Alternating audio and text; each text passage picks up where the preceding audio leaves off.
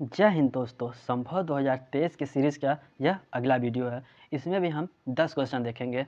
चलिए शुरू करते हैं। Question number 1। क्वेश्चन नंबर 1 है, डीपीएसपी के संबंध में निम्नलिखित कथनों पर विचार कीजिए। पहला कथन है, निर्देशक तत्वों और मौलिक अधिकारों को संविधान की अंतरात्मा कहा जाता है। यह कथन सही है, जिसमें ग्रानविले ऑस्टिन ने निर्देशक सिद्धांतों और मौलिक अधिकारों को संविधान की अंतरात्मा के रूप में वर्णित किया है। दूसरा कथन है, संविधान का अनुच्छेद 36 राज्य शब्द को परिभाषित करता है। यह भी कथन सही है। संविधान के भाग 4 में अनुच्छेद 36 के अनुसार राज्य शब्द का वही अर्थ है जो संविधान के भाग 3 में अनुच्छेद 13 में है।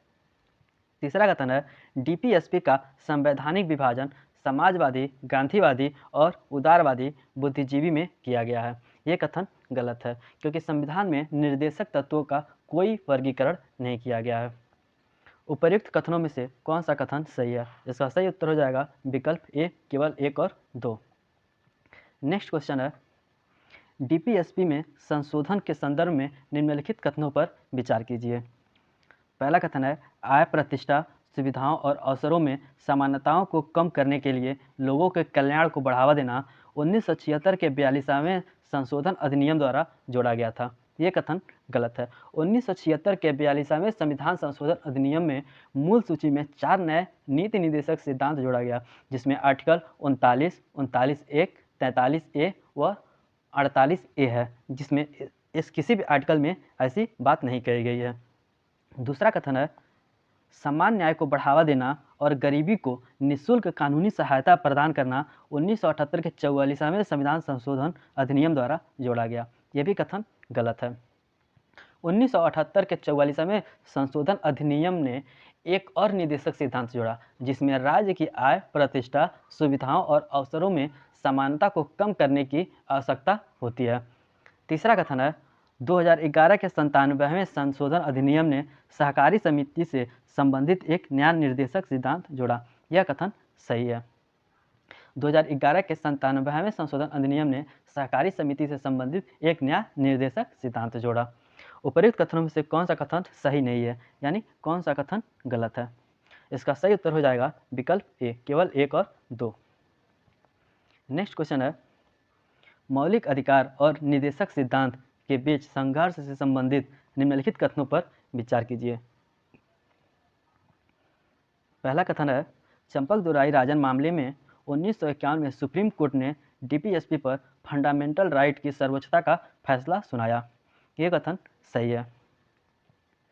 चंपकदुराई राजन मामले में सुप्रीम कोर्ट ने फैसला सुनाया कि मौलिक अधिकारों और निर्देशक सिद्धांतों के बीच किसी भी संघर्ष के मामले में मूल अधिकार प्रभावी होंगे।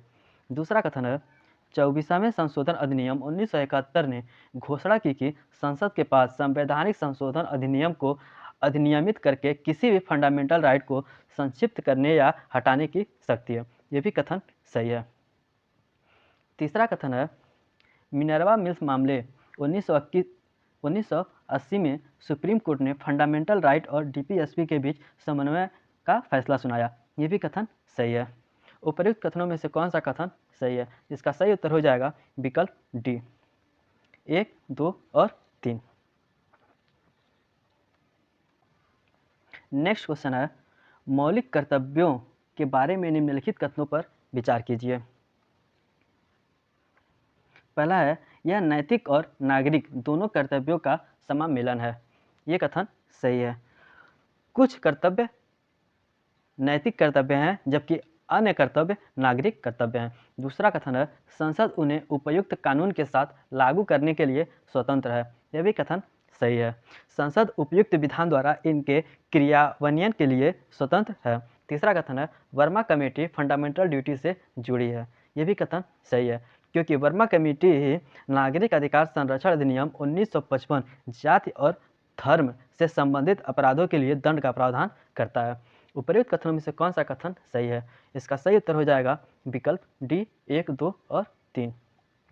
नेक्स्ट क्वेश्चन है, संविधान संशोधन के संबंध में निम्नलिखित कथनों पर विचार कीजिए। पहला कथन है, संविधान संशोधन विधेयक को मंत्री या निजी सदस्य पेश कर सकते हैं। ये कथन सही है। क्योंकि विधेयक को किसी मंत्री या गैर सरकारी सदस्य द्वारा पेश किया जा सकता है और इसके लिए राष्ट्रपति की पूर्व अनुमति की आवश्यकता नहीं होती है। दूसरा कथन है अनुच्छेद 368 में 3 तरह के संशोधनों का प्रावधान है। यह कथन गलत है, क्योंकि अनुच्छेद 368 में 2 प्रकार के संशोधनों का प्रावधान है, अर्थात संसद के विशेष बहुमत से और संसद के विशेष बहुमत और साधारण बहुमत से राज्यों की सहमति से। इसलिए यह कथन गलत हो जाता है। उपर्युक्त कथनों में से कौन सा कथन सही है? इसका सही उत्तर हो जाएगा विकल्प ए केवल 1। नेक्स्ट क्वेश्चन है यौन उत्पीड़न से महिलाओं की सुरक्षा अधिनियम 2013 के संबंध में निम्नलिखित कथनों पर विचार कीजिए।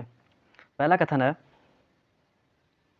यह विशाखा और अन्य बनाम राजस्थान राज्य 1997 मामले में सर्वोच्च न्यायालय द्वारा दिए गए विशाखा दिशा निर्देशों पर आधारित है। यह कथन सही है। सर्वोच्च न्यायालय द्वारा विशाखा और अन्य बनाम राजस्थान राज्य 1997 मामले में एक ऐतिहासिक फैसले में विशाखा दिशा निर्देश दिया। इस दिशा निर्देश में कार्यस्थल पर महिलाओं का यौन उत्पीड़न अधिनियम 2013 का आधार बनाया गया। दूसरा कथन है इस अधिनियम के अनुसार प्रत्येक नियोक्ता को प्रत्येक कार्यालय या शाखा में 10 या अधिक कर्मचारियों के साथ एक आंतरिक शिकायत समिति का गठन करना आवश्यक है। यह भी कथन सही है। उपर्युक्त कथनों में से कौन सा कथन सही है? तो इसका सही उत्तर हो जाएगा विकल्प सी 1 और 2 दोनों। नेक्स्ट क्वेश्चन है सी ड्रैगन 22 अभ्यास के संबंध में निम्नलिखित कथनों पर विचार कीजिए। इसे पनडुब्बी रोधी युद्ध रणनीति का अभ्यास और चर्चा करने हेतु डिजाइन किया गया था। यह कथन सही है। सी ड्रैगन एक अमेरिकी नेतृत्व वाला बहुराष्ट्रीय अभ्यास है जिसे हिंद प्रशांत क्षेत्र में पारंपरिक और गैर पारंपरिक समुद्री सुरक्षा चुनौतियों के जवाब में एक साथ संचालित करने के लिए पनडुब्बी रोधी युद्ध रणनीति का अभ्यास व चर्चा करने हेतु डिजाइन किया गया है। यह भारत और अमेरिका के बीच एक द्विपक्षीय वार्षिक अभ्यास है। यह कथन गलत है, क्योंकि मैंने अभी तुरंत बताया कि यह एक बहुराष्ट्रीय अभ्यास है, द्विपक्षीय नहीं, इसलिए ये गलत है। उपर्युक्त कथनों में से कौन सा कथन सही है? इसका सही उत्तर हो जाएगा विकल्प ए केवल 1। नेक्स्ट क्वेश्चन है सल्फर डाइऑक्साइड प्रदूषण के संदर्भ में निम्नलिखित कथनों पर विचार कीजिए। पहला कथन है वातावरण में सल्फर डाइऑक्साइड का सबसे बड़ा स्रोत विद्युत संयंत्रों और अन्य औद्योगिक गतिविधियों में जीवाश्म ईंधन का दहन है। यह कथन सही है। वातावरण में सल्फर डाइऑक्साइड का सबसे बड़ा स्रोत विद्युत संयंत्रों और अन्य औद्योगिक गतिविधियों में जीवाश्म ईंधन का दहन है। दूसरा कथन है सल्फर डाइऑक्साइड प्रदूषण का कोई प्राकृतिक स्रोत नहीं है। यह कथन गलत है। सल्फर डाइऑक्साइड उत्सर्जन के छोटे स्रोत में अयस्कों से धातु निष्कर्षण जैसे औद्योगिक प्रक्रियाएं, प्राकृतिक स्रोत जैसे ज्वालामुखी विस्फोट, इंजन, जहाज और अन्य वाहन तथा भारी उपकरण में उच्च सल्फर ईंधन सामग्री का प्रयोग शामिल है। तीसरा कथन है सल्फर डाइऑक्साइड के अल्पकालिक जोखिम मानव श्वसन प्रणाली को नुकसान पहुंचा सकता है और सांस लेने में कठिनाई उत्पन्न कर सकता है। यह भी कथन सही है। सल्फर डाइऑक्साइड के अल्पकालिक जोखिम मानव श्वसन प्रणाली को नुकसान पहुंचा सकता है और सांस लेने में कठिनाई उत्पन्न कर सकता है। विशेषकर बच्चे सल्फर डाइऑक्साइड के इन प्रभावों के प्रति अधिक संवेदनशील होते हैं। उपर्युक्त कथनों में से कौन सा कथन सही है? इसका सही उत्तर हो जाएगा विकल्प सी 1 और 3। नेक्स्ट क्वेश्चन है तीर्थ यात्रा, कायाकल्प और आध्यात्मिक विरासत संवर्धन पर राष्ट्रीय मिशन के संबंध में निम्नलिखित कथनों पर विचार कीजिए। इसे सांस्कृतिक मंत्रालय द्वारा चिन्हित तीर्थ स्थलों के समग्र विकास के उद्देश्य से लॉन्च किया गया है। यह कथन गलत है।